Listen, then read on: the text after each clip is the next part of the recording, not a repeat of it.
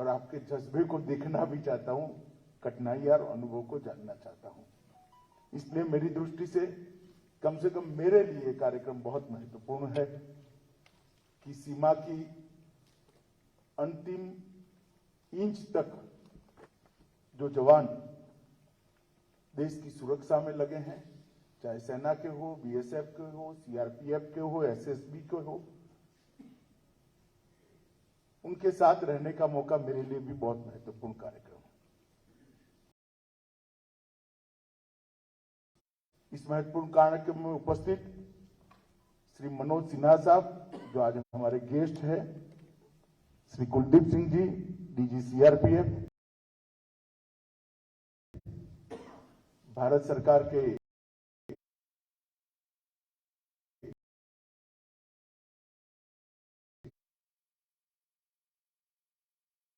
गृह सचिव श्री अजय कुमार भल्ला जी,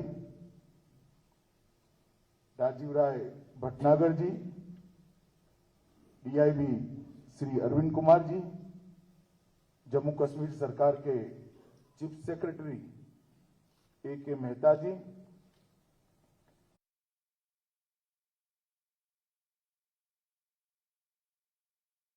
commander Pande ji, Shri Pankaj Kumar Singh, DG BSF, Shri Daljit Chaudhary, ADG CRPF, और आज जिनको मैं मिलने आया हूं, CRPF, SSB, Jammu Kashmir police, BSF, सेना और सीआईएफएस के सभी प्यारे जवानों, आज का ये कार्यक्रम मेरे 3 दिन के जम्मू कश्मीर के दौरे का अंतिम कार्यक्रम है और मैं निसंकोच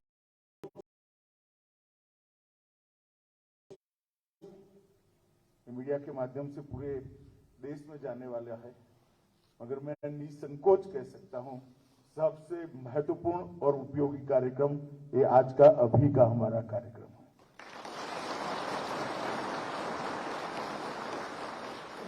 पहले भी मैं गुजरात सरकार में गृह मंत्री था। गुजरात में एक सरहदी सुरक्षा विभाग भी हुआ करता है, सरहदी सुरक्षा विभाग का भी मंत्री था। उस वक्त कच्छ की सीमाओं पर बीएसएफ के जवानों को मोर्चा संभालते हुए, देश की सुरक्षा करते हुए मैंने देखा है। हमारे यहाँ एक बहुत कठिन क्षेत्र है,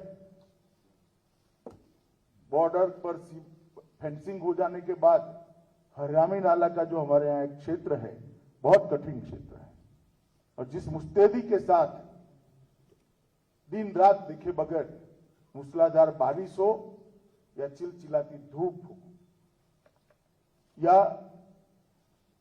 हड्डियां गलाने वाली ठंड हो, बीएसएफ के जवानों को मैंने वहां तैनात देखा है। उस वक्त से मैं मानता हूं कि आप लोग -43 डिग्री टेम्परेचर से +43 डिग्री टेम्परेचर में राउंड द क्लॉक 24 घंटे देश की सुरक्षा के लिए अलग अलग जगह पे मुस्तैद है। इसीलिए रात को देश सो सकता है, इसीलिए देश चैन की नींद सो सकता है।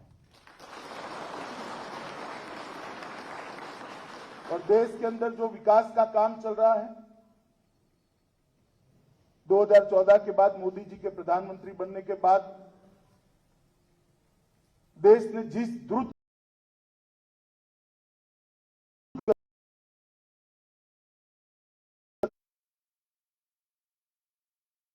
कि कुछ ही समय के अंदर दुनिया की सभी अर्थतंत्र में भारत अपना स्थान मजबूत से मजबूत जगह पर अंकित कर लेगा। 11वें नंबर पर हम थे 2014 में, आज 6ठे 5वें पर हम आगे पीछे होते हैं, मगर मुझे भरोसा है 2024 तक हम 3 नंबर पर निश्चित पहुंच जाएंगे और ये बहुत बढ़िया मकाम माना जाएगा। और ये जो आर्थिक विकास हो रहा है देश भर के अंदर, इंफ्रास्ट्रक्चर से लेकर इंडस्ट्रियल डेवलपमेंट से लेकर देश के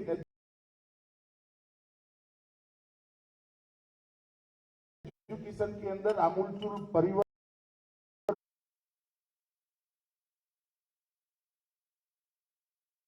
से लेकर कई क्षेत्रों में, मैन्युफैक्चरिंग में भी बहुत बड़े बदलाव आ रहे हैं।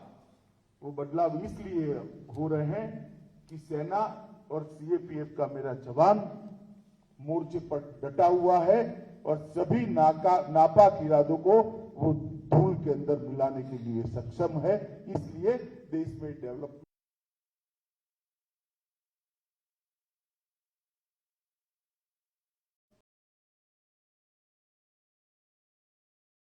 आजादी का अमृत महोत्सव चल रहा है। हमारे आजादी के 75वां साल चल रहा है।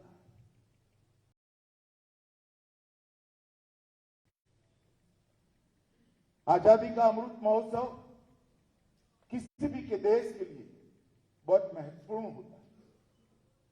सब देश उसको बड़े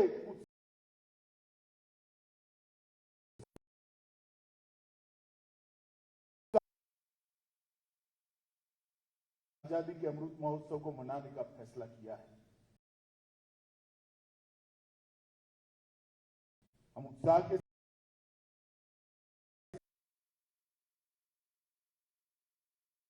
साथ मनाएंगे। बहुत सारे अचीवमेंट हमने किए, अचीवमेंट का गुणगान भी करेंगे और अचीवमेंट के लिए जो कंट्रीब्यूटर है उनकी पीठ थपथपाने का भी काम करेंगे। परंतु इसके साथ साथ आजादी का अमृत महोत्सव हम सब के लिए, जब आजादी के 100 साल होंगे तब भारत कहां होगा, इसके लक्ष्य तय करने का भी समय है। 75वें साल में ही देश के अंदर जितने लोग अलग अलग तरीके से देश के लिए काम कर रहे हैं, उनको अपना एक संकल्प तय करना।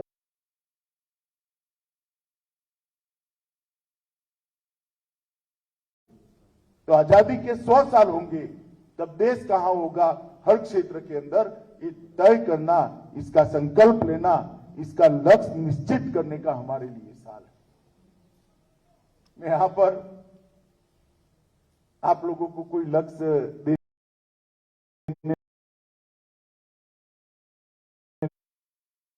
नहीं आया हूं।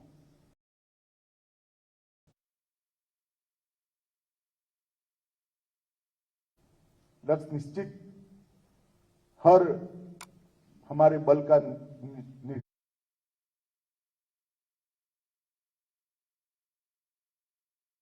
है। जब हम हमारे देश पर गलत दृष्टि से देखने वालों से देश को सुरक्षित कर दे, और वो काम आप लोगों ने करना है, हम लोगों ने करना है। और आजादी के अमृत महोत्सव के वक्त ही आज मैं आपके सामने आया हूं। मेरे लिए भी एक दृष्टि से ये सौभाग्य की बात है और बहुत आनंद का विषय है कि आजादी के अमृत महोत्सव में मैं आज यहां पर पुलवामा में बम हमले के रूप में जानता था, वही पुलवामा में आज 2000 करोड़ का मेडिकल कॉलेज बनने की शुरुआत हुई है। ये इतना बड़ा परिवर्तन। अगर शांति हो, सुरक्षा हो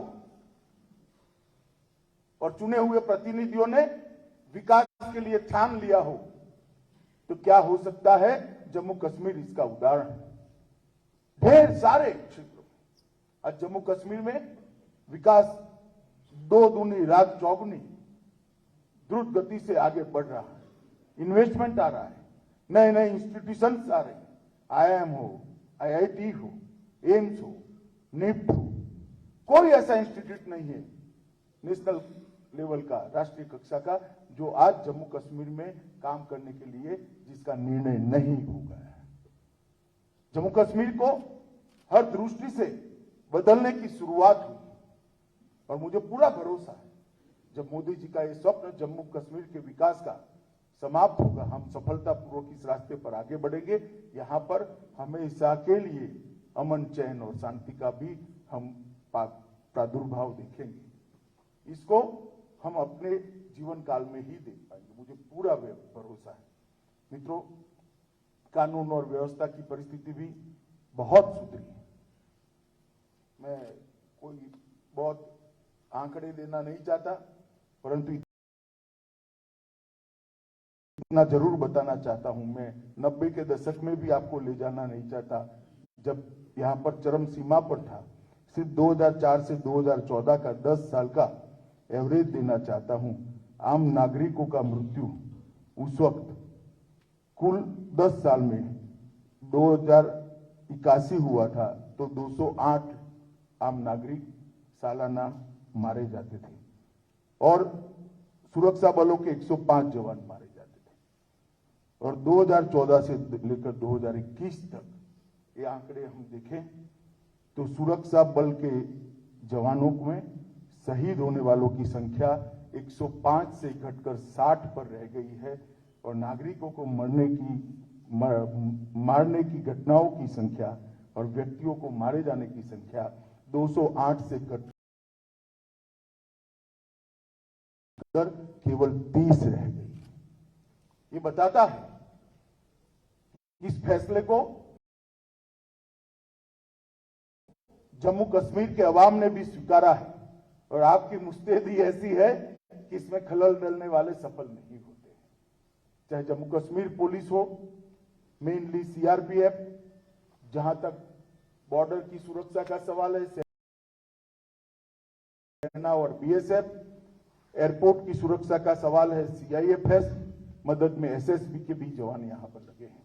इस सबने मिलकर कानून और व्यवस्था की परिस्थिति को बहुत अच्छे तरीके से संभाला है। इसलिए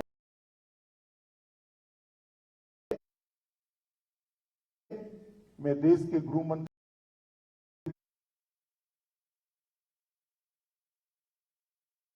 के नाते इस सभी बल के जवानों को आपको प्रतीकात्मक समझते हुए बहुत बहुत साधुवाद और उनको अभिनंदन देना चाहता हूं कि आपने बहुत अच्छा काम किया है।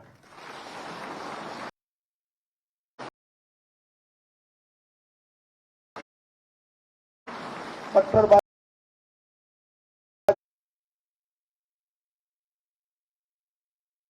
की घटना भी अगर ढूंढ कर ढूंढनी पड़े तब नजर में आती है। एक जमाना था कि कश्मीर के अंदर पत्थरबाजी आम, आज पत्थरबाजी की घटनाओं में भी बहुत कमी आई। मगर मैं आज आपको कहना चाहता हूं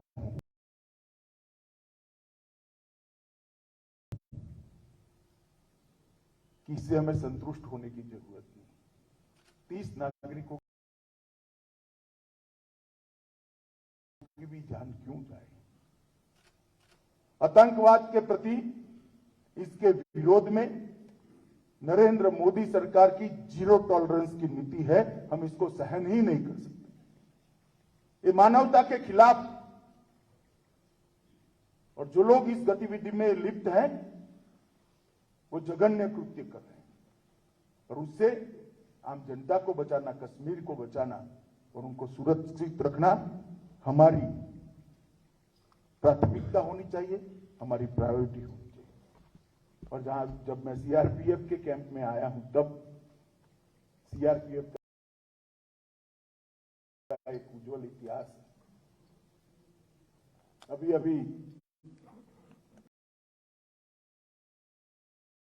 पुलिस दिन गया है, अभी अभी गया है। सभी सीएपीएफ और सभी राज्यों की पुलिस के लगभग 36,000 से थोड़े कम मगर 36,000 कह सकते हैं, इतने जवानों ने अपना सर्वोच्च बलिदान इस देश की कानून और व्यवस्था और आंतरिक सुरक्षा को संभालने के लिए दिया है। सीआरपीएफ के भी 2200 से ज्यादा जवान शहादत को खुद ही निमंत्रण देते हुए इस देश के लिए सर्वोच्च बलिदान दिया है। हम उसको भुला नहीं सकते। कल सुबह मैं जाने से पहले शहीद स्मारक पर सभी देश के पुलिस बल के जितने भी जवान शहीद हुए हैं उनको प्रतीकात्मक रूप से सीआरपीएफ के शहीद स्मारक पर श्रद्धांजलि देकर ही यहां से जाऊंगा। मित्रों, मैं एक और चीज की ओर आप सबका ध्यान दिलाना चाहता हूं। नरेंद्र मोदी सरकार ने सीएपीएफ के जवानों के लिए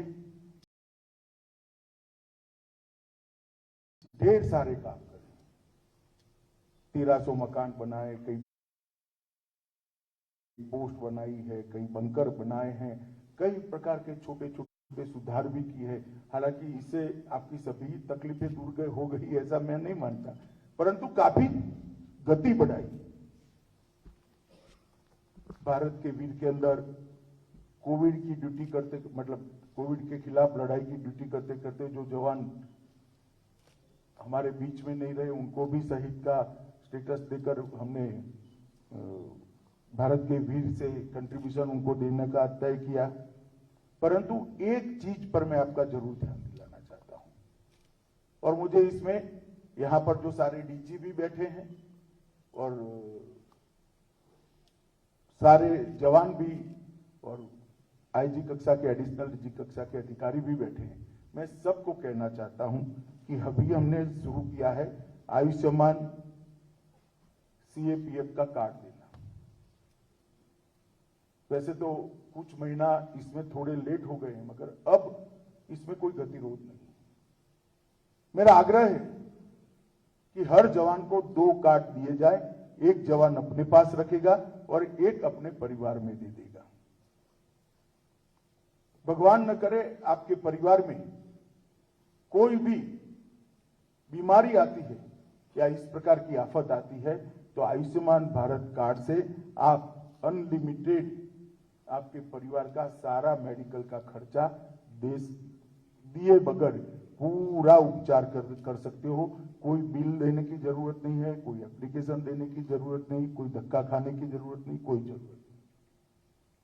ना आपको बिल अप्रूव कराने के लिए यहां इतने सारे कागज जमा कराने, कुछ नहीं कराना है। घर में एक कार्ड दे देना है।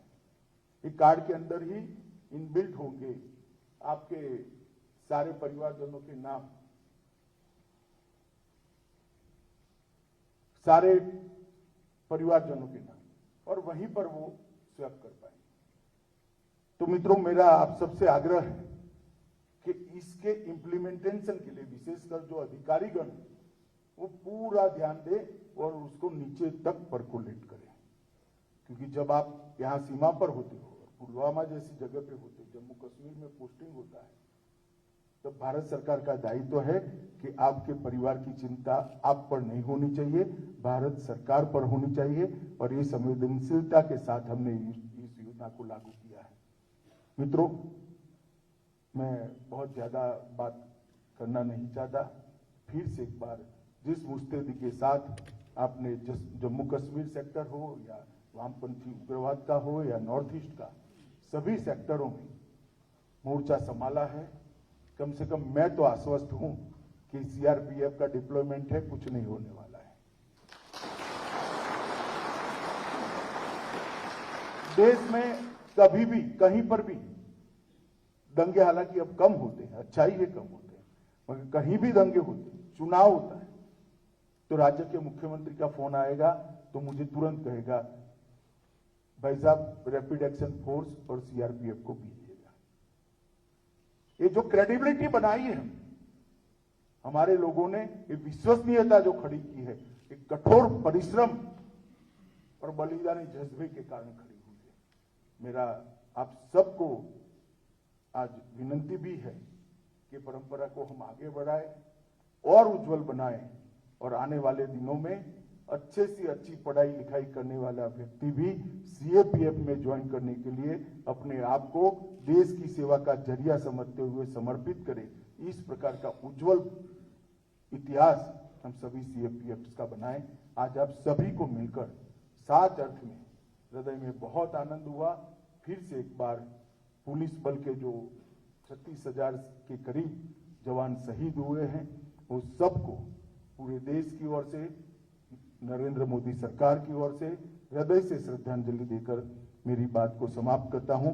भारत माता की जय।